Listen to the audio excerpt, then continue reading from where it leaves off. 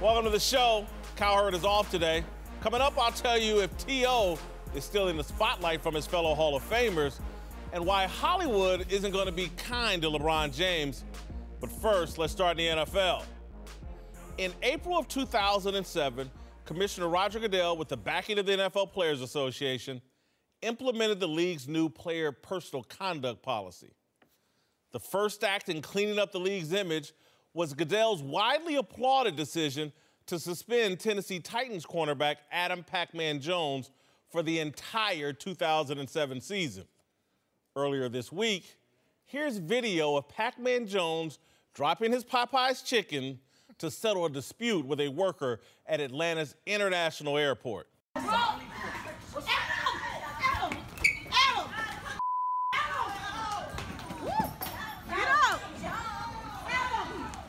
Pac-Man Jones, then and now, raises the question about the success and/or failure of the NFL's player conduct policy. Has it worked? Or has it actually backfired? Is it time for Goodell and the league to reevaluate its handling of player discipline? I think it is. The media baited and bullied Goodell and the NFL into setting up their own criminal justice system with the commissioner serving as judge, jury, and executioner. The new system hasn't stopped or slowed NFL players from running afoul of the law. The new system has actually placed Goodell in an unfair spotlight and drawn more attention to the bad behavior of a small group of NFL players. The player conduct policy hasn't worked for the league or the players. Goodell has had to publicly feud with Jerry Jones and Robert Kraft, two of the most powerful owners in the sport. Black NFL players have accused Goodell of racism. When you try to understand why a handful of millionaire NFL players view the game day NFL stadium as the perfect platform to take a knee against racial injustice, you shouldn't ignore the fact many of them believe the player conduct policy is a racial injustice. As a talking point for media and fans, player conduct overshadows everything except the games. NFL free agency used to be a big deal. Where Deion Sanders would play next used to draw the kind of buzz we now reserve strictly for NBA players. Reggie White taking his talents to Green Bay swung the balance of power in the entire league. It's time for Roger Goodell to politely bow out of the criminal justice system. He shouldn't be required to waste energy trying to ferret the truth out of the awful allegations leveled against Bills running back LaShawn McCoy, whose ex-girlfriend claims McCoy had a thug beat and rob her. Why do we expect the NFL to do the job of trained law enforcement? We don't place this burden on the NBA or Major League Baseball. Kobe Bryant survived criminal rape allegations and a civil suit settlement without ever missing an NBA game due to suspension. There was no media pressure on David Stern to discipline Bryant. The NFL should have ignored the media pressure to fix the Pac-Man Joneses of the world. Pac-Mans can't be fixed, and they're not representative of the great mass of NFL players. This morning, Fox Sports Radio host Clay Travis argued the NFL should remove itself from player discipline altogether and leave it solely to the courts. I would actually take it a step further. I would not even met out punishment anymore. Now when an NFL player gets accused of a crime or gets in trouble, the first thought is not, oh, I wonder what the criminal justice system is going to do. It's what is Roger Goodell going to do? All right, I'm not ready to go as far as Clay Travis. Player punishment should not be the burden of the commissioner, though, the executive face of the league. It should be the burden of a 5-person panel consisting of former players, coaches, and at least one female with a strong legal background. And that panel should only make rulings after trained law enforcement has completed its investigation. All right, joining me now, two former NFL players, Eric Dickerson and TJ Houshmandzadeh, plus Fox Sports Radio host Doug Gottlieb. Guys, we'll start with Doug, then we'll let the players join in. Am I wrong anywhere in my argument? I think you're wrong in the entirety of your argument. Well, there's a bunch, you're conflating a bunch of things and kind of making it all one point about player discipline. But the strongest point you made was this is not representative of most of the players. It's not, right? How many guys are on a roster? How many guys get in trouble? That's why they didn't fight for it last time in the CBA. CBA came up, it was never discussed. You know why? Because 95% of the guys aren't Pac-Man Jones. They can get right, he cannot. And regardless of who's making the decision, somebody has to tell Pac-Man Jones he's wrong. And if you make $34 million, that's what it said in tax filings, you got to deal with some stuff. And this is the stuff that he has to deal with. I think you're completely wrong. It hasn't worked, Doug. It hasn't worked from what perspective? It hasn't as a deterrent or as a punishment? As a deterrent, as a punishment, as a shield for the image of NFL players. The handful of players are still getting in trouble, and there's more attention on it now. Goodell is the face of the league, and now the face of the league, when you look at him, all you think about is player discipline, not the damn league. I don't believe so. I don't believe you only think of player discipline.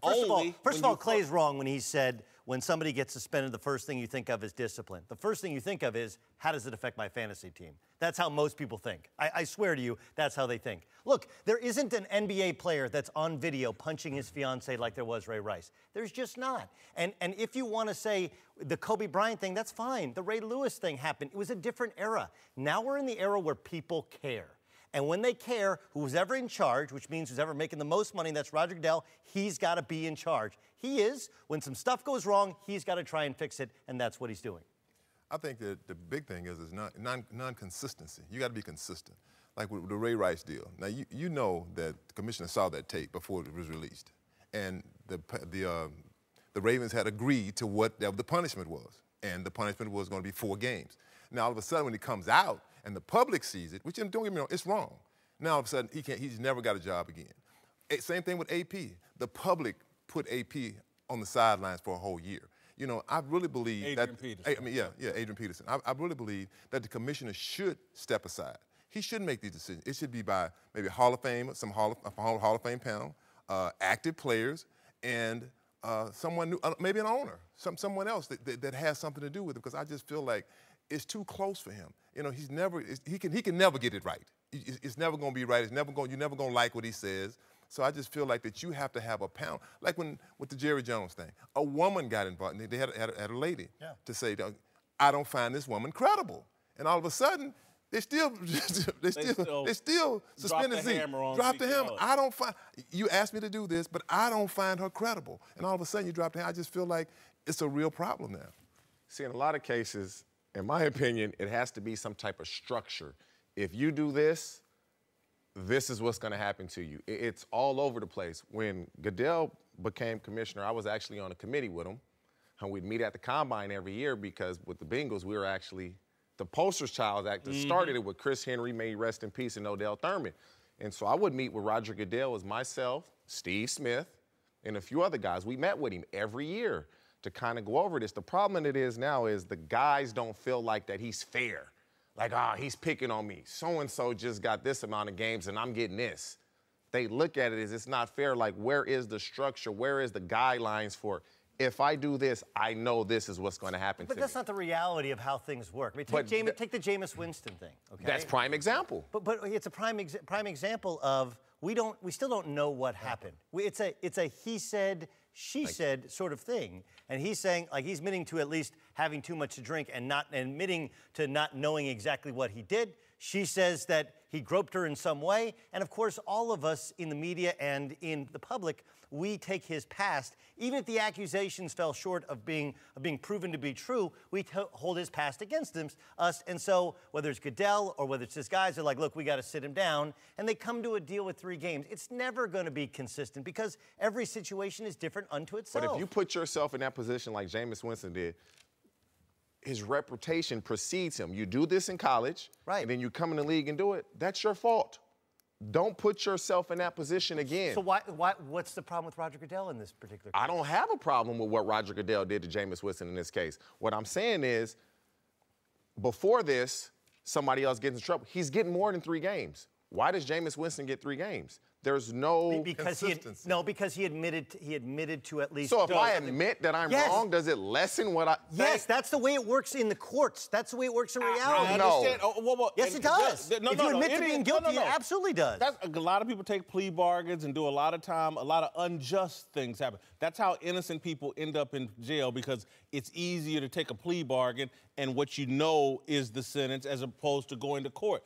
You're talking about adding the flaws of the criminal justice system to the NFL. And that's, again, why Roger Goodell needs to step aside. That's why we have a president of the United States and we have an attorney general, because criminal justice is messy. There have been 45 presidents. There have been like 88, 89 attorney generals, because attorney generals sometimes have to get fired because they're in a messy environment. Hold on for a second. And so Roger Goodell, to me, has been, to some degree, unfairly smeared and pilloried because he's judged almost entirely on how he deals with player discipline. That's 100%. I agree with that. I agree with that. Listen, I completely agree with you. Like, we don't point out the fact that they've moved 3 teams. That's all money for the owners. We don't point out the fact that there was no Thursday Night Football, and now they got even more money from our executives at Fox to put Thursday Night Football. He's done an incredible job. But, like, look, part of the deal is he makes the most money, and he has to take some of the. He's the punching bag. There's a downside to it, though, Doug. One of the things you're hearing from players, TJ is representing a little bit, Eric is certainly representing. There's so much animosity directed towards Roger Goodell and a belief that they're unfair as it relates to justice for the player. Hold for a second, Doug. That it relates to justice for the players. That's why you have players. It contributes to this environment of players taking a knee and thinking that the NFL is the platform to stand up against justice. It's hurting the overall business of the league. This argument I'm making, I'm not making to fans. Right. I'm making to ownership and Roger Goodell about how do you protect the league moving forward. Get the commissioner out of the criminal justice system. Decrease some of the hostility and tension between the players and the commissioner, who is the face of the league and the representative of ownership, so you can get down to the business of keeping this league and this business healthy. Let me ask you a question, Hoosh. Let me ask you something. When somebody has a hit where they lower their helmet, okay, and there's a ruling that comes down, is it always fair? Is it always righteous? How many games somebody gets suspension? Not at all. Okay, it used to be Merton Hanks. Now I think it's Troy Vincent, right? A former player. Yeah. So that actually does, that you take that away from the commissioner, and they have a little committee, and they rule on what. The fact is that anytime you hand down punishment, people is going to say it's not fair. Yeah, but where you direct that unfairness and bitterness towards doesn't have to be the commissioner, the representative of NFL ownership, and you have a league where the players and owners can't cooperate and work together, and then you look over at the NBA and say ownership and players can work together. How come it's not that way in the NFL? It painted him as a villain. If you just go back when James Harrison was constantly getting fined, he was going at Goodell's neck every week because he was upset. When he came in and he was a commissioner, he had to kind of put his foot down because a lot of guys were just doing a bunch of dumb stuff. Yes. And so now, but it's painting him as a villain where guys are like, I don't like Roger Goodell did what he was supposed to do, and I agree with you. If he steps back now, his image within the NFL as far as the players will improve. I think he. Hold on for a second. Okay, now, one thing about the commissioner is, I don't care if it's Roger Goodell. I'm gonna go back to when I played with Tagliabue was commissioner.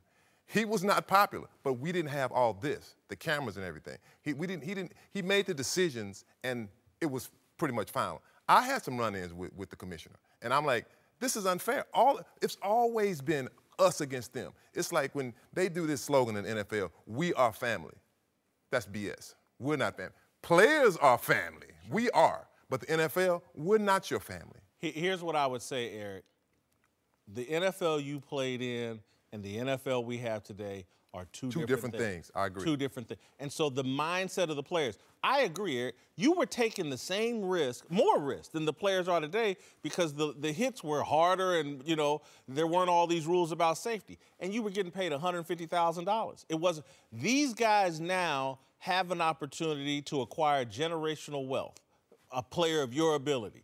And so these millionaires are in partnership with billionaires, and it needs to be a different mindset. The old primitive NFL where you left the game beaten and broke up and you still needed a job is over for guys like you.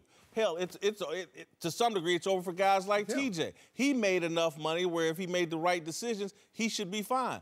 And so the players need a different mindset, and the owners need to help them develop a different mindset by getting their commissioner out of harm's way, where he can focus on some of the more important issues, in my opinion, and some of the more healthy issues than just dealing with trying to get to the bottom of what just happened with LaShawn McCoy and his ex-girlfriend. That's not the job of the commissioner. He doesn't do the investigating. He has an investigative He does branch. the ruling. He does the ruling. He ruled in the Brady thing. He rules another thing. He ruled in the Zeke thing. I do think he would give up that power, but there's got to be something back in return.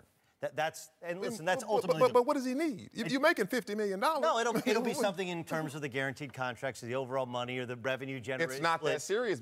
It's not that big a deal. It's a small percentage. It's 99.9% of guys are doing the right thing. Right. That's why we're talking about something that honestly doesn't matter as much. The perception is that it matters more.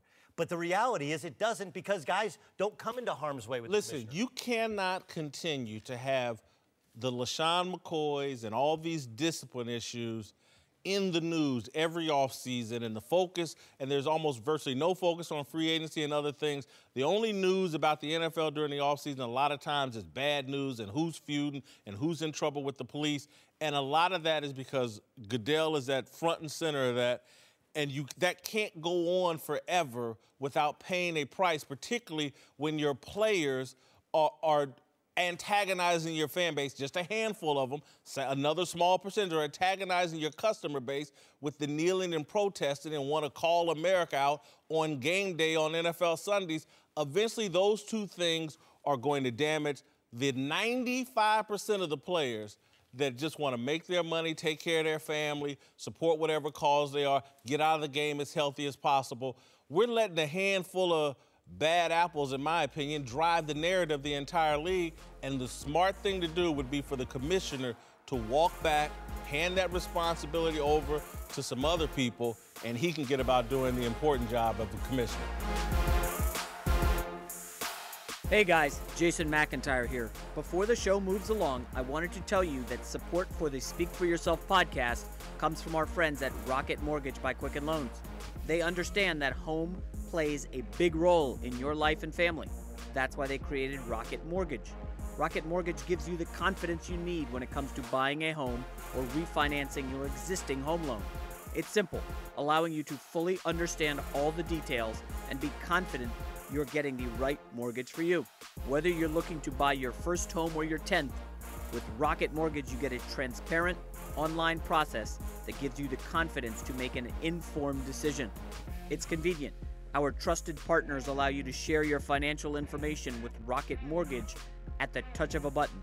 And in addition to getting a real mortgage approval in minutes, you can even adjust the rate and length of your loan in real time to make sure you're getting the right solution for you. Rocket Mortgage by Quicken Loans. Apply simply. Understand fully. Mortgage confidently. To get started, go to rocketmortgage.com/speak. Equal housing lender. Licensed in all 50 states. NMLSconsumeraccess.org, number 3030.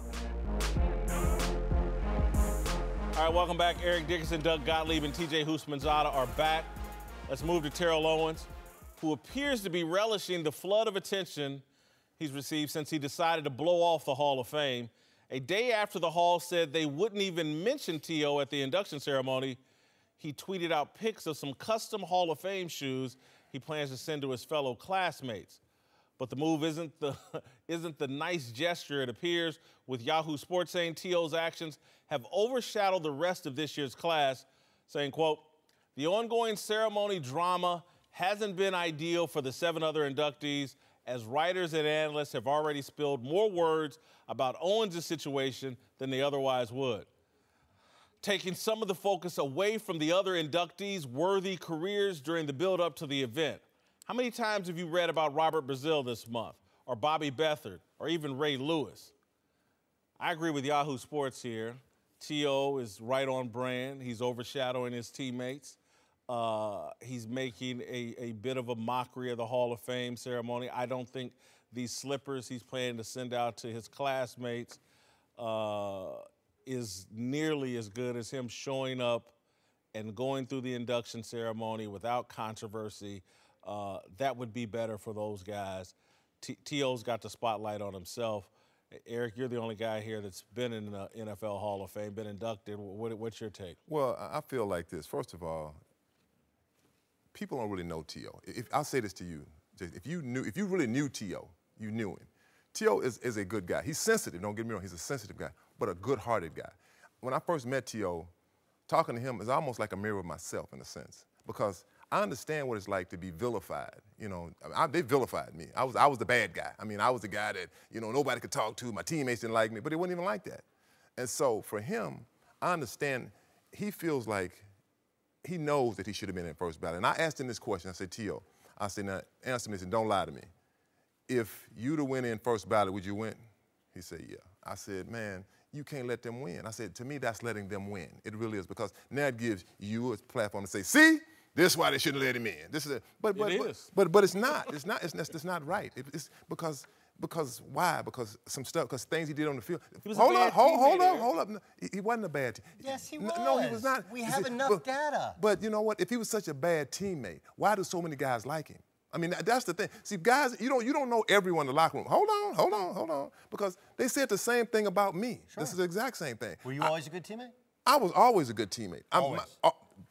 You know what I did? Play football and go home. That's all I wanted. I followed your entire career. And you know what you did this. You read what those sports writers say. Hold on. I followed your entire career, okay. Eric. You were not a bad teamate. I was not a bad teammate. And you were not Terrell Owens. But I'm saying. What you said is right. We don't know T.O. And he gave away the chance for America to get to know him. Okay? They say 15 minutes, right? But Kurt Warner went like 45 minutes last year, right?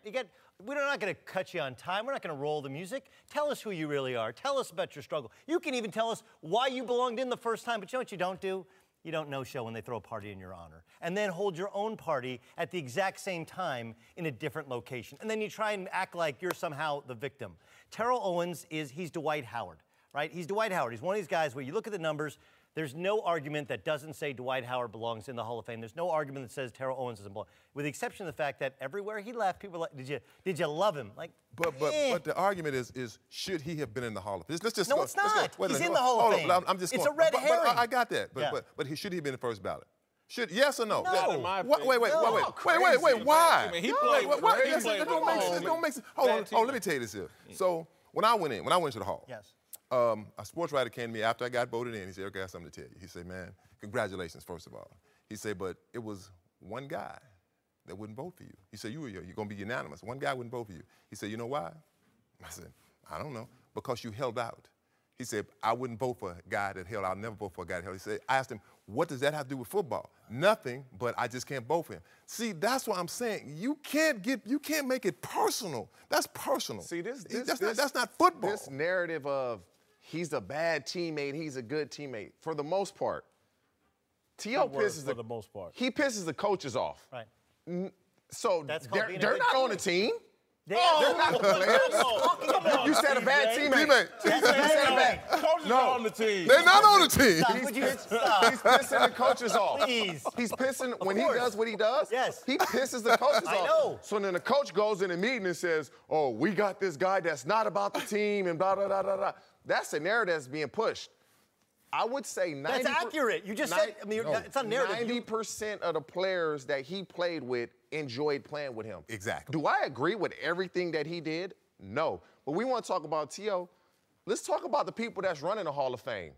They going tit for tat with him. Oh, we're not going to acknowledge him. Why not? Because he's not showing up, and he's showing them up by holding his own speech. And what are they doing? Location. Oh, we're not. You mean to tell me they couldn't show a video of his highlights? The people wouldn't want to see that? And you say, hold up. He says, oh, go give a speech and tell him how you are. He's been doing that his whole career. I'm this, I'm that, I'm not what you... He's done that his whole career, and the narrative has not changed. TJ, what do you think the other guys going in with him?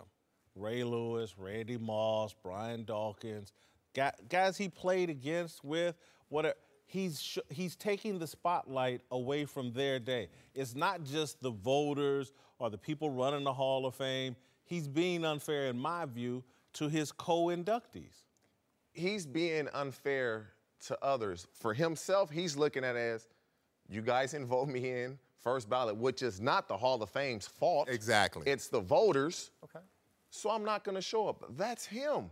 That's just who he is. Look, you can't change who somebody is. This is the same dude that was doing bicep curls in Philly, the same dude that stomped on the star, then went and played for the Cowboys. What's wrong with stomping on the about star? Romo. Why do you think they allow you to do celebrations now? No, listen. Because of T.O. T.O.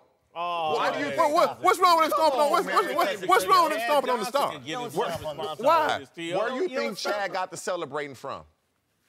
Billy White Shoes He's not Johnson. the first guy to celebrate. Ask Chad. Icky, well, you got Icky Woods, you got the Fun Bunch. The different type, like the Sharpie, standing on the star, the pom-poms, the popcorn, Yes, the different type of celebrations. Chad got, everybody got that from T.O. For those of us who didn't play, he embodies all the great parts and terrible parts about the egomaniacal wide receiver that's been created by the new rules in the National Football League. And he benefited from it statistically, and we all thought this is the kind of guy T.O. is. Okay, and he had the chance this weekend to tell us, like, that's not who I was. Let me tell you why I did. Instead, he lived down to his reputation, and he's taking away from other men who belong in that Hall of Fame, who belong and deserve to have the spotlight. This is what T.O. constantly does. They will get their time. That's why he is Lord Voldemort. He who should not be mentioned. But at the Hall of Fame, if they don't mention that, I think they should, but they're not. That's not going to take away from those guys. That does not take. Hold on. That does not take away from that day. It really doesn't, because it's about. Oh, they'll be talking to Ray Lewis. It's all about Ray Lewis. Let me ask you this. because you're a Hall of Famer, and you'll be in. I'll be there, right? And that fraternity of guys, living Hall of Famers. Just if you had to speculate, how does that fraternity of Hall of Fame? What is it? 150 guys? 100? I don't know. 200 guys. 310 living. No, about 200 living. Yeah, 200. How do they feel about Terrell Owens and what he's doing by not showing up? Not Eric Dickerson. Okay, I got you. And I've talked to some of the guys, because some guys call me and ask me, man, Gary, can't you talk to him? See, hold on. I talked to him about it. Not just them. I talked to him. I told him. I said, T.O., I said, I'm gonna give you my opinion. I said, that's what it is. I'm gonna listen. And he listened to it. I told him, I said, man, I'm gonna say this much. I think when you're 70 years old, I said, I think you might regret this. I said, you'll look back and say, you know what, man, maybe I should. I said, you may never admit it to anyone else, but in your heart of hearts, you will know, man, maybe I should have went. I mean, and I really believe that. I mean, but you know, when T.O. gets something in his mind, he said he wants to make change. Just almost like Kaepernick want to make change. This is not going to change. The writers are not going to change. This, I keep saying, this is a writer's fault. They created this monster. They created, T.O. is who T.O. is. He is. But they created this part of it right here by not voting him in the first time. Hi, I'm Alexi Lawless. I used to play soccer back in the 1900s for the U.S. Now you can find me talking about soccer this summer during the World Cup on Fox. Now through July 15th, you can get daily FIFA World Cup updates from me through your Alexa-enabled device. Just say, Alexa, play the Fox Sports Flash Briefing, and you'll get the latest tournament news straight from Russia. Alexa and Alexi. Now that's a winning team. Don't forget to watch the 2018 FIFA World Cup all tournament long live on Fox and FS1. All right, welcome back. Eric Dickerson, Doug Gottlieb, and TJ Houshmandzadeh. Let's return to the NFL, where the hype over Jimmy Garoppolo continues to build this offseason, with Peter King now saying Jimmy G's background working with Tom Brady and the Patriots actually makes him the most compelling story in the NFL this year. But Brady, who had Jimmy G shipped out of New England and has been feuding with Bill Belichick for months, has a pretty compelling story heading into this season as well. Listen, I consider Jimmy G the most important young player in the NFL. We had that discussion yesterday. But is he more compelling than what's going on with Tom Brady this offseason and the New England Patriots? The guy's coming off an MVP season and just lost the Super Bowl because Bill Belichick benched Malcolm Butler, and Tom Brady's been raising hell about it all offseason. That's the most compelling story in the league, not Jimmy G. I disagree, and here's why. There is some connective tissue between the two stories, because remember, you're giving away Jimmy G for a second-round pick is kind of laughable in terms of what his value should have been. But the Patriots are making the playoffs, right? Julian Edelman's not playing the first 4 games. Rob Gronkowski wants a new contract, and yet they're still far and away an overwhelming favorite because nobody's putting money on the Bills, the Dolphins, or the Jets to beat them. They're making the playoffs. It's not that compelling in the regular season. Jimmy Garoppolo, on the other hand, played 5 games, took the worst team in the NFL to suddenly being 5-0, taking down 3 playoff teams in the process, was rewarded with the biggest contract in the history of the league. You don't think for a franchise that has been dormant for the last couple of years, but is one of the historically great franchises led by great quarterbacks, I can't think of anything more compelling than, is Jimmy Garoppolo as good as a starter in year 2 as he is in year 1? Because you know, and they definitely know, that you only prove your true value in the league the second time around. Once everybody's seen you, developed a book on you, are you as good as people think you are based upon that small sample size we had last year? It's going to be very interesting for me because he's in a division where he's going to have to show it. You got to play the Rams twice with that defense. Seattle, Pete Carroll always going to throw a defense out there, and you got to play the Cardinals. As long as Tom Brady and Aaron Rodgers are in the NFL, they're always going to be the biggest story. He'll never be a bigger story as long as those two are playing. What he did last year was great. You say he beat 3 playoff teams. The Rams didn't play anybody last game, so you don't even count that one. So he really beat 2. Okay, they did beat the Titans. They did beat the Jags. They did beat them. Yeah, he said the Jags, yeah, they beat 2 teams. My thing is this. Garoppolo, he impressed me with what he did. A lot of my friends are 49er fans. So when the 49ers do bad, I like it because I like to get them. I like to get on him about it. It's going to be really, really tough. He's the highest paid player in the NFL, quarterback. You give that for a brief moment. The problem is the NFL is so quarterback needy, the 49ers, oh, my God, he played really well. We have to keep this guy. That's the problem is. So what's more compelling, though? The Patriots. Anytime Tom Brady is in the NFL, that's more compelling. Well, I think this year probably be Jimmy G. I mean, he got the name. I asked some of the girls backstage, you know, who's more compelling, Jimmy G or Tom Brady? They say Jimmy G. You know why? He's a fresh face. They haven't seen him enough. Good-looking guy in San Francisco. I mean, like you said, won 5 football games. But one thing you said earlier is that when teams start seeing you enough, when they start getting a look at you, like he's gonna play the Rams twice a year. The Rams, that's a different football team when you got all the guns on the field. It really is. So I know the commissioner, think about it, good-looking guy, he's pulling for him. I would be, to do well, and he's in San Francisco. Here's why I disagree with you, Doug. There's 2 potential storylines, the fall of Jimmy G or the fall of Tom Brady. The massive story would be if Tom Brady and the New England Patriots backed up. That would be an incredible story.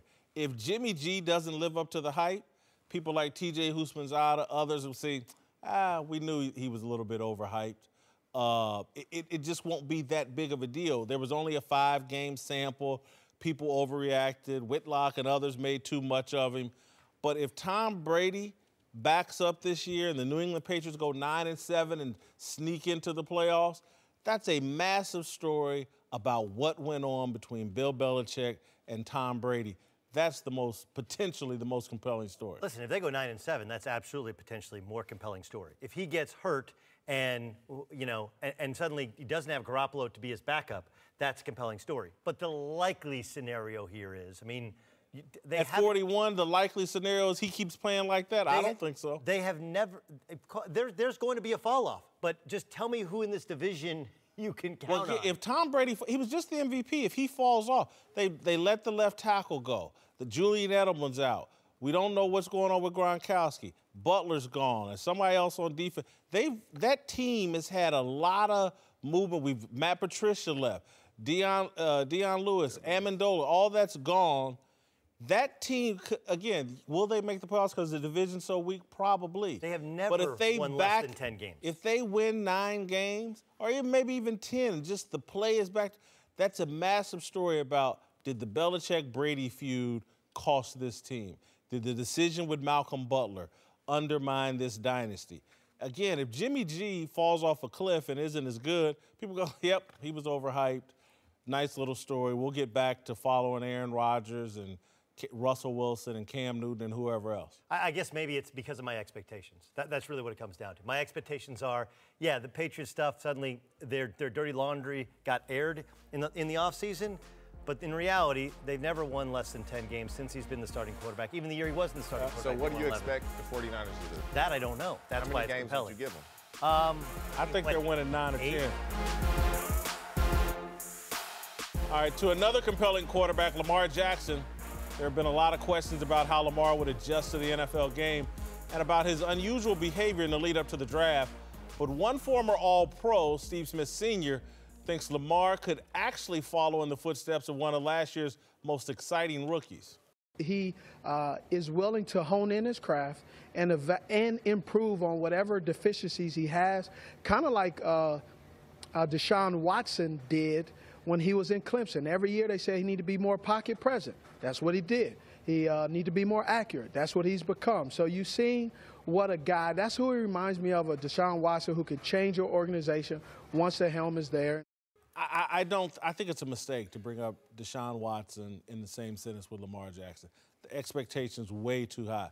Deshaun Watson, coming out of Clemson, was a very polished pro quarterback. He said in college, and I didn't really like it at the time, but he said, I don't want to be seen as a dual-threat quarterback. I'm a guy that plays from the pocket. He was meant for the NFL game.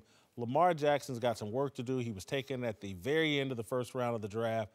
I just don't think it's a fair analogy to compare him to Deshaun Watson. Completely agree. Even in the we never hear Lamar Jackson speak, it's not, whereas Deshaun Watson was fully comfortable in being the face of a franchise, being the face of Clemson football. That Deshaun Watson just felt and looked different, plus he's much bigger and much more ready for the National Football League. I think that the comparison is Cordell Stewart. Cordell Stewart started his career at the slash position and then eventually became the starting quarterback. That's how the Baltimore Ravens are smartly using him. The only thing that's even more genius is they've got the world convinced they're not using him at wide receiver. They're putting two quarterbacks on the field at once. He just happens to be the quarterback who's not actually getting the ball from center directly, but he's still a quarterback. So, look, he's Cordell Stewart. He's the most athletic guy at that position we've ever seen, and that includes Mike Vick. He is wildly inaccurate. He did have a ton of trouble at the whiteboard. He doesn't appear to have a total grasp in an NFL system, but the Ravens are going to smartly try and get arguably their best playmaker on the field because they just don't have any playmakers. Well, Lamar Jackson, like you say, he's a playmaker. He is a guy that should be on the field. And I agree with you 100%, the Cordell Stewart analogy, for sure. One thing is he doesn't stay in the pocket. He's not a pocket quarterback. You know, he's almost like my good friend Randall Cunningham. You know, he looked downfield and I got to take off. You've got to learn the system. You got to know when to run, when not to run. Because one thing in the National Football League, the defense, they want you to run. They want you to come out that pocket. So I think in the long term, I think I look at this as almost as a project. And I'm always for the underdog. And I feel like in the long term, I think that he will come out to be a good quarterback in the National Football League. If you listen to what Steve Smith said, it was Deshaun Watson did this at Clemson. He improved in college. And so it's a different dynamic. He improved his accuracy at Clemson. Lamar Jackson in the NFL now. He should have improved more in college. Anybody that's willing to put the time and the effort and the work in, you're going to get better. If he's willing to sit here and study the problem is with the quarterback when they run, they don't recognize the defense quick enough. And so they panic and they run. He's going to have to be able to process information quickly, see the defense, and automatically know where he needs to go with the ball. That's what he's going to improve on if he's going to have any type of – comparing him to Deshaun Watson is completely unfair because they're different types of quarterbacks. And I think Watson stepped into a Houston team that had a few more weapons, I think, than Baltimore has. And I love the acquisition of Willie Snead with Baltimore. He's going to be terrific. Ball State great, Willie Snead. Going to be a terrific wide receiver for him. But on a more serious note, and I am serious about Willie Snead, but I think Lamar Jackson, I love the comparison to Randall Cunningham. I love the comparison to Cordell Stewart. The Cordell one's a little, I see a little bit more Randall Cunningham. And when Randall Cunningham first came in the league with Buddy Ryan in Philadelphia, he shocked the league and was the ultimate weapon for a short period of time, and then he transitioned later in his career in Minnesota to more of a pocket quarterback. He had the slight build, kind of like Lamar Jackson. He survived, and so maybe that's a path for Lamar Jackson. Look, and we're also not mentioning the name that we have to, which is Mike Vick, right? From the same area. There's a lot of similarities, but there were some things that were missing with Mike Vick, and the question becomes, can he clean that up before he becomes a starting quarterback? Because once you develop a reputation, because if you watch him play at Louisville, there's some throws he makes that nobody in the league can make. But then there's some throws you're like, he's a wide receiver playing quarterback. He's if coaching in Baltimore can get him up, coaching makes a huge difference. All right, welcome back. Doug Gottlieb is back. We're joined now by NBA champion and Magic Johnson superfan, Karan Butler, and the founder of the Big League, Jason McIntyre. Let's move to LeBron James, who, in my opinion, is still struggling to explain why he abandoned his hometown and base to move to Los Angeles. Yesterday, James's agent, Rich Paul, took a crack at offering an explanation. It was just a basketball decision. You know, I think it was one of the biggest challenges this year. When he went to Miami, it was about winning the championship. When he came home, it was about delivering a promise. This one, you really had no footing. It was basically about what he wanted to do and what made him happy. People say, well, it's about movies, it's about this. It's LeBron James. He's already a global entity. Okay, so it was a basketball decision, but he really had no footing. It was a basketball decision, but James just did what he wanted to do and what made him happy, but it was a basketball decision.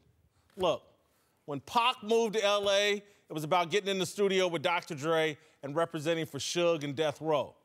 Biggie came here for the weather, women, and weed. LeBron either doesn't know or doesn't want to explain why he loaded up his truck and moved to Beverly Hills, that is, swimming pools, movie stars. That's why Brentwood Braun won't hold a press conference. He doesn't want to admit the main thing is no longer the main thing. Basketball is not the center of his universe. He's here to hang out with DiCaprio, Pacino, and Snoop. He's here to chase celebrity, not rings. He's here to be bigger than basketball. I'm not convinced it's going to work. I'm not convinced it's going to work out. I'm not sure if Laker fans are going to be satisfied with the table scraps a 34-year-old LeBron feeds them after nights on the town with Hollywood elites. All right, guys, someone help me out here. I know I'm right, but I'm sure you're going to tell me I'm wrong, Doug. Basketball is not the main thing, and that's going to be a problem. I don't think basketball is the only thing. I don't know if it's not the main thing. I just don't think it's the only thing. I don't think it's a bad thing to want to continue to diversify your portfolio. Meanwhile, in fairness to LeBron, wherever he's gone, he has in fact won. And based upon how he's always taken care of his body, he has a longer shelf life than anybody we've seen try and carry the NBA. So, like, listen, you're not wrong in that I'm sure he likes not being the only celebrity in town. That gets uncomfortable. I'm sure his family likes living here. I'm sure it does diversify the portfolio of his brand, not just Blaze Pizza and Beats by Dre, but movies and music and such and such. But being the guy on the floor at Staples Center is still what it's about. It's the reason that he came here, and it's what Magic is one of the only people on earth. Hold a press conference and tell me that then. I think he will in time. He's still a 34-year-old man with no signs of showing down, not yet. He came here, he's going to compete. He's going to add 13 to 16 plus wins to this roster. He's going to win at a high level. He's going to make the playoffs. He's the early favorite for the MVP this season. And it is still more than the game. He's more than an athlete. It's more than basketball. He's doing that. It's no not one like can the, explain but it's not why like he's the here, old Karan. NBA. It's not like the old NBA where you just say, look, you just play basketball, stick to that, and don't have outside ventures and things like that. Like you say, he's diversifying his portfolio. He's doing other things, but he's still priority is basketball. I'd like to start with the word disappointment. Can you explain, like, what is a disappointment for LeBron in L.A.? I think anything less than 2 titles during his 4 years here. Oh, my. Wow. Well, I think he learned his lesson in Miami. Anything less than 2 titles. This is L.A. When the all-time, how many did Kareem get when he was here? Magic. How many years was Kareem here? Different times. Ever. I'm talking about what the expectations But he was also are. here in his prime. And he was also surrounded by Hall of Famers. Worthy. And that's why Byron Scott, they're Michael going Thompson. to be disappointed. This is Wilt Chamberlain all over again. Wilt came here for 5 years at the end of his career. Wilt wasn't ever a winner. He had won 1 before he got here. Wilt was not a winner. Okay, don't compare Wilt Chamberlain, who put up all kinds of records but always failed at the highest level, to LeBron James, who is setting records but has been arguably the best player. He's won 3 times. Huh? He's won 3 times. I'll give him that. Let's back up, though. He's got 1 more title than Wilt Chamberlain, but continue. Let's back up to... Who had to face the Boston Celtics and an all-star lineup every time he went to the finals. But I the hear last you. 5 years. Everybody that dribble right. What have the Lakers done? What have they done? Last 5 years. What have the Lakers done? Nothing. Absolutely. They're irrelevant. They don't matter. The LA Rams, okay? The LA Kings. There are many teams in this market overshadowing the Lakers the last 5 years. Please, no, please, the Lakers have been irrelevant completely, Doug. They can't win don't 35 games. Rams. Okay, you're winning silly. titles, I know and you the just Lakers got, are struggling. They've been awful for 5 years. Here, I'm telling you, I've only been out here 2 years, but I'm saying, you bring LeBron, you are now the biggest show in town without question. You're the biggest show in the NBA. They're going to lead the league in TV appearances. The Lakers are going to run this town with LeBron. They're back to relevance. The headline in the story. Yeah, and now, Whitlock, you know that in life and in sports, you don't just go for Hail Mary passes every time. You go for incremental gains, slowly move the ball down the field, 3 yards in a cloud of dust. The Patriots move slowly. He's going to work in the new guys. He's going to see what these one-year dudes, Rondo and Lance, can do. And then in the summer, they go big game hunting, whether it's Jimmy Butler, whether you go Kawhi Leonard. You're making my point. And they're throwing away a year, and because basketball is not the center of his universe, and the LeBron in Cleveland the first time, the LeBron in Miami, the LeBron that went back to Cleveland, as Rich Paul just said, it was all about basketball and winning and championships. But, now he didn't have his footing. He just wanted to be happy. He's out to dinner with DiCaprio and Pacino. What did he do after that dinner, You're though? just mad he didn't get the invite, dude. Come on, man. Listen. What did he do after the dinner? He got on Instagram and started He was working on out. Instagram working out. Yes. This is just like a movie franchise, okay? It's just like a movie franchise. And the first one was the story, like Rocky. Yeah, that was the best of the movies. There's Rocky 2, Rocky 3. I'm glad you made this analogy. Okay. Continue to hang yourself. No, but Rocky 4 Rocky 4 was amazing. Might not have been as good a movie as Rocky was, but Rocco still pulled it out. Okay, he dominated the Russian, and Drago, who killed his friend, ended up What happened suffering with Rocky humiliation. when he became a celebrity and became famous? He got fat and lazy. He did. And He started training young guys. Mick had to, really pull. But then at the end, he was champion of the world. Yes. Rocco pulled this one out.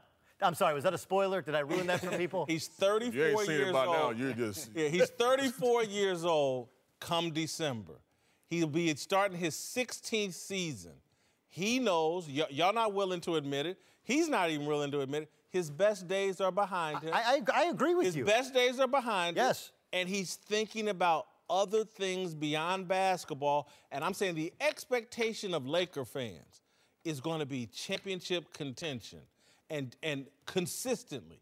And I just don't think that's a priority He just for LeBron. averaged If 30 LeBron to gets 9 in, and listen, 9. if LeBron gets in the playoff, like, is that a puncher's chance? Is that a fighter's chance? Of course. Not with this lineup. We just seen And that. not- The same not thing if you would have said in LeBron, the Eastern not if Conference Golden last year. State is healthy. But that's the same thing you would have said in the Eastern 34, Conference last 9, year. and Look what he nine. did. Okay, so tell me what would have been better, to stay in Cleveland with that mess, to go to Philadelphia where they lost the shooters, and by the way, out west. I'm not saying I would have made a different choice. I'm just trying to set reasonable expectations for what's about to happen. Playoffs. This for year, LeBron. playoffs. And it will be a disappointment because people are, look, even if they back into the playoffs this year, Utah, Oklahoma City, the way this team's currently constructed, you three, and with me coaching, would have a shot because these guys can't shoot.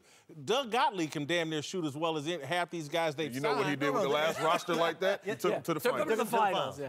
Those guys could shoot. But they couldn't go by anybody or guard anybody. Yeah. Okay, look, listen. You're looking at a stationary target. The Lakers last year, Brandon Ingram, just 20 years old. Is he going to get better? Of course he is. Kyle Kuzma's first year. Is he going to get better his second year? Of course he is. Josh Hart, is he going to get better? Of course he is. And then you have the older guys who come in off the bench and give you grittiness and toughness and the ability to guard different positions. That's the plan. You ever seen Fat Elvis?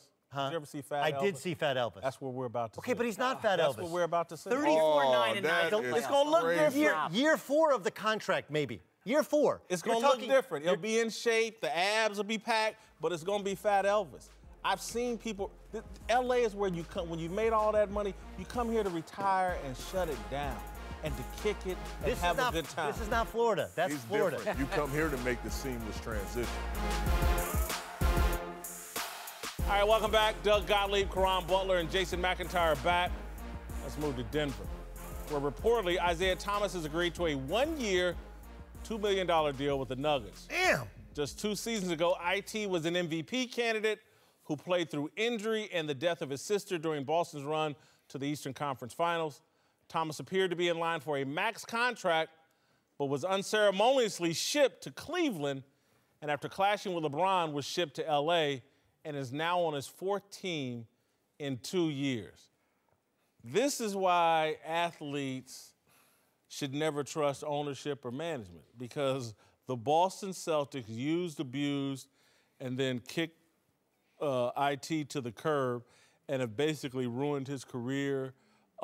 He should have never played through those injuries. I know that's rearview mirror talk, and we love to celebrate athletes that play through injury and pain and all that, but to now be stuck at, these are obviously first world problems. Right. $2 million is a great living.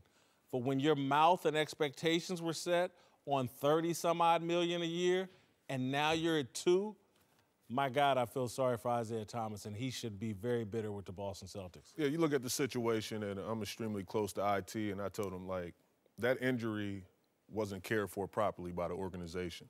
1, that was the biggest issue. And then 2, he put himself in a damaging situation because he put the organization before his health. And that was crucial because it disturbed, like, generational wealth for him and his family. But now going forward, is he affected forever from it? I don't think so, because he's still young enough to recover. And if he go out there in this market with Tim Connelly and those guys with the Denver Nuggets, he's going to get his opportunities. I think it's going to be coming off the bench, but he can capitalize in that space playing 20-plus minutes to 25 minutes. He's a walking problem. He's a situation when healthy. He can score the basketball, show that he has flashes of his old self, come back on the open market where it's 10-plus teams that have a ton of cap space, he can cash out. Yeah, I don't see it, and I think it's really sad because coming back from that type of hip injury, look, I don't know exactly what the medical staff of the Celtics or the front office of the Celtics got fired. The medical staff ended up getting fired. I understand. I don't know specifically what they said to him. I do know there'll be a lawsuit, and I do know he'll probably win. And ultimately, the facts will be disclosed to us as to exactly who was telling Isaiah Thomas what in terms of, hey, you should play or it's up to you. But the athlete absolutely does know his own body. And this actually, I think, helps Kawhi Leonard at least slightly say, I know everybody says I should play, but I don't feel like I should play. Hips and back and those types of joints are different, and joints can be different than what Kawhi Leonard had. But Isaiah Thomas lost $100 million. I don't think he'll ever be the same. He doesn't have the same explosiveness. He's always been small. And the Boston Celtics were the first team that were able to get him to buy in and get the rest of the team to buy into covering for the things he didn't do well. It's an awful tale, but I do think on some level it helps Kawhi Leonard. I think ruin is a little strong. And again, we don't know the particulars of what happened, but Karan, I'm going to say, I watched that Celtics-Wizards series, okay? He scored 53 in a game. He looked fine. He averaged 27 in the series. If his hip was off, I mean, I just didn't see it. I mean, was the organization putting a gun to his head and saying, we need you on the court, and he's dropping 53 and 27 points? You know, something seems off about this. I don't know how he could go from playing tremendous against Washington in that 7-game series to he's out, he's done. You know, I just feel bad saying ruin his career. Like, I don't think that's what happened. I'm going to throw a little bit of a curveball, and you guys are perfect ones at it. Doug, you were an undersized player. I think his size and the chip on his shoulder that he's always had to carry as an athlete because of his size maybe drove him a little bit to do too much in that spot. That it's the mentality of always being the undersized athlete that maybe drove him to show his toughness, and he could do what other guys don't have his level of toughness. It's a great point because, again, we're sitting here casting dispersions on the Celtics, the medical staff, and their front office when we don't know, did they say, like, hey, probably shouldn't play. You can play. You probably shouldn't play. You've already injured it. Again, they didn't even know that you don't know on a hip until you go in there anyway, and he didn't want to have surgery. Remember, he didn't have surgery even when he was traded to the Cavaliers. But I agree with you. The idea of you tell Isaiah Thomas you can't, and he's going to do it just to prove you wrong, and that ultimately may have undone him. In addition, that same mentality is what undid his time when he went to Cleveland, right? He was barking in practice about how there's 2 MVPs out here, not just one. And it wasn't received the way in which I think he intended it to be received. Then he gets to LA and he's like, I got my powers back. Like, yo, dude, look, you're just here for a couple months to come off the bench and help us score some buckets. So there was a bunch of different things that went wrong during the last 365 that started tragically with the death of his sister. But I do think that some of that mentality that allowed him to make it in the NBA as the last pick of the draft is partially what undid him from that max contract to $2 million for 1 year. Yeah, you touch on some great points, but at the end of the day, I think it's all about he found himself in a situation that he wanted to play inspired basketball. And sometimes people use the space and that platform as therapy. And he was going through a lot, real-life situations, and, you know, wanting to be there for the organization and the team when you're with the Boston Celtics. So he sacrificed something, and it ended up being the bigger picture where you thought that because you was out there on this platform, you showed loyalty, you showed dedication, you showed leadership, and you would be rewarded on the back end for showing these things, but you was not. And I think that he is the poster child, not just for himself because he learned from his experiences, but for Kawhi Leonard, for so many other guys that put, you know, company and things before their self. Look at this situation, learn from it, and move forward. Remember, we talked about it on the radio. Chris Paul and the Rockets. He got injured in the playoffs. After his falling out with the Spurs, Kawhi reportedly has been pushing for a trade to sunny Los Angeles, but he may be in for a rude awakening.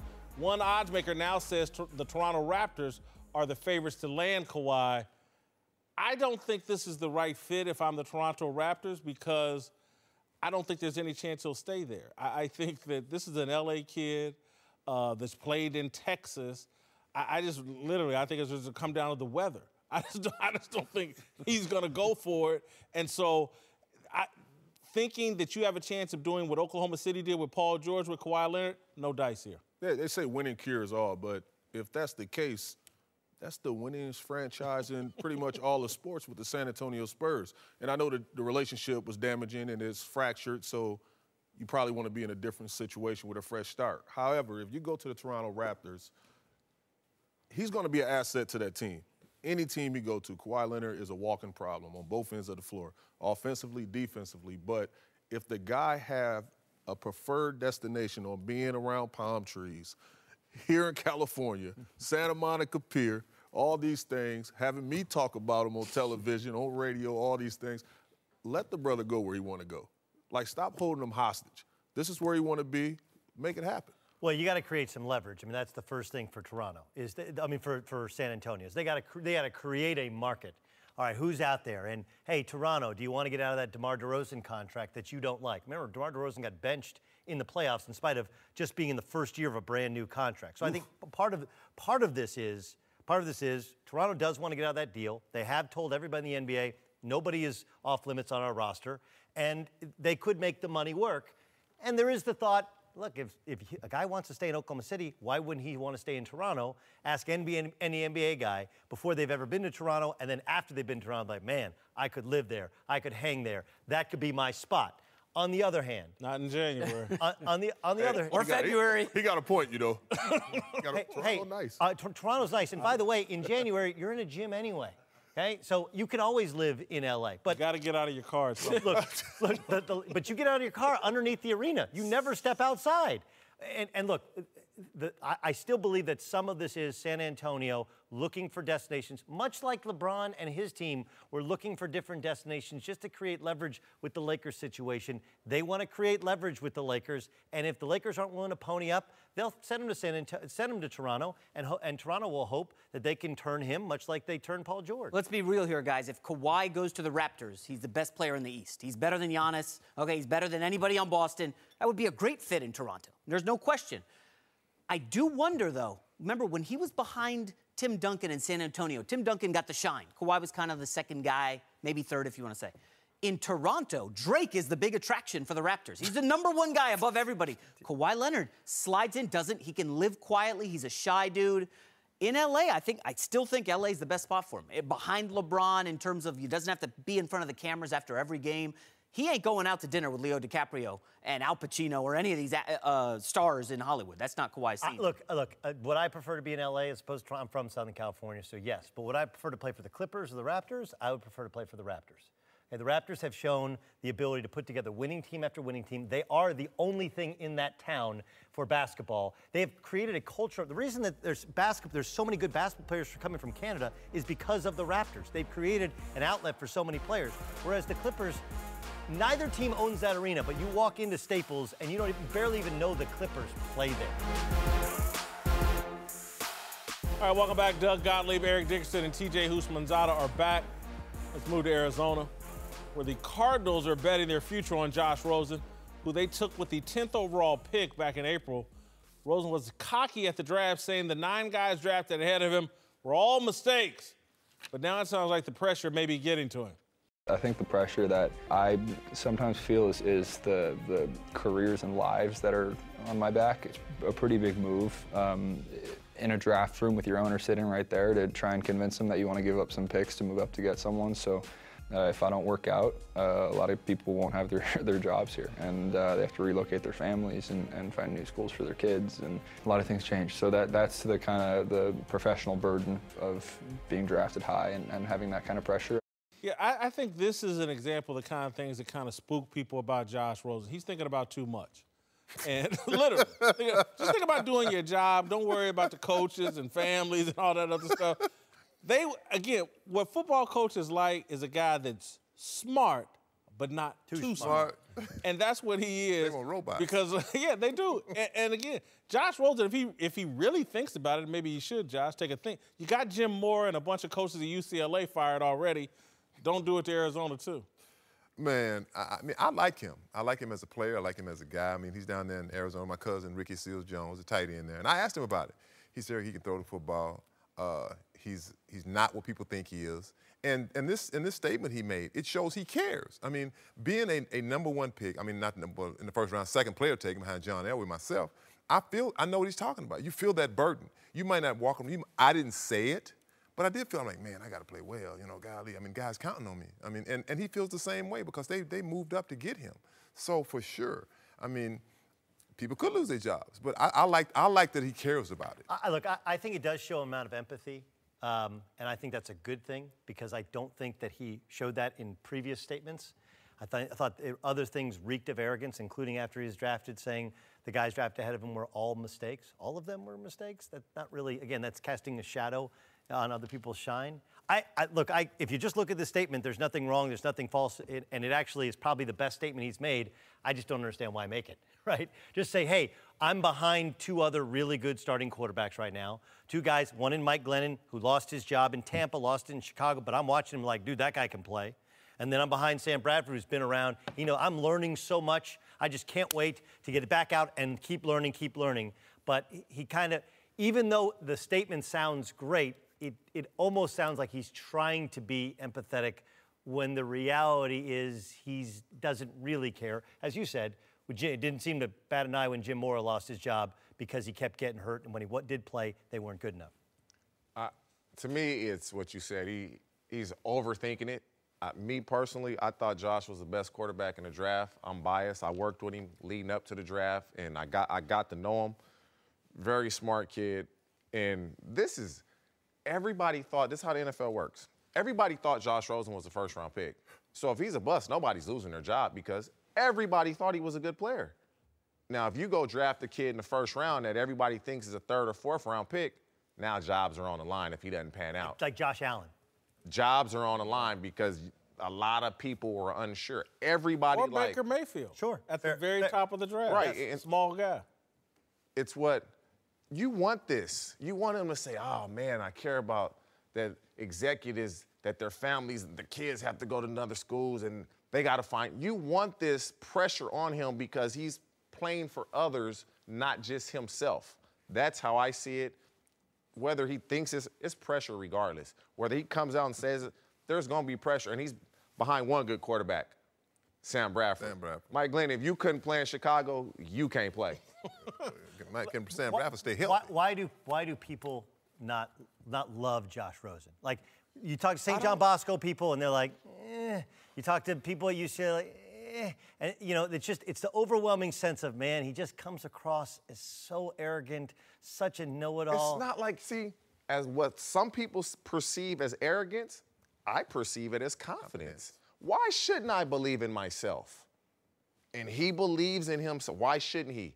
I look at it as he's confident in his ability. He believes in his ability to get out there and play football. And until you show me any different, I'm with you. And then the other question is, some people have to talk themselves into a level of confidence, and then some people just go out and show it. And that's where I'm a little bit off on Josh Rosen. I've been rooting for him. Steve Clarkson's worked with him, loves him. Quarterback guru Steve Clarkson, great guy. But I'm just a little bit leery of Josh Rosen and his attitude he's bringing to the league. Eric, you brought up something we're going to discuss next time you're on the show. Yeah. Has there ever been a better 1-2 draft combination than John Elway and Eric Dickerson? No, I can answer that. Yeah, I don't know if there ever has been. All right, welcome back. Gottlieb is here for last call.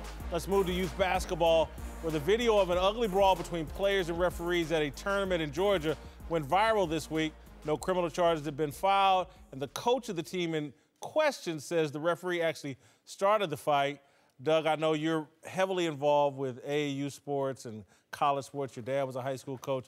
Your take on the whole issue? Look, two wrongs don't make a right, but the first thing that jumps out at me is there's a societal issue at play here and our lack of respect for authority. We don't like Congress, we don't like commissioner, we don't like president, we don't like the heads of anything. They're all wrong. Even now when you have kids in school, kid gets in trouble, parents call the principal, what's the matter with the teacher, right? Again, that doesn't make what the official initially did right, but how about other parents coming out of the stands and grabbing any kid and separating them instead of filming it and watching it happen? I'm going to throw you a curveball and ask you a second question. Do you think the NBA players and how much they question officiating and bicker with officiating, do you see that trickling down to the younger players? Some. Obviously, they never put their hands on a ref, and the ref never puts their hands on them. But some. It's never a good look to stand over a referee, to constantly question a referee. It just, because the kids watch. Everybody watches these games. It's one of the good things about the college sport is they don't allow it to happen. And they shouldn't allow it to happen in the NBA, in my opinion. It's gotten out of hand. I'm not blaming the NBA players here. The ref was wrong for squaring up with those kids. See you next week.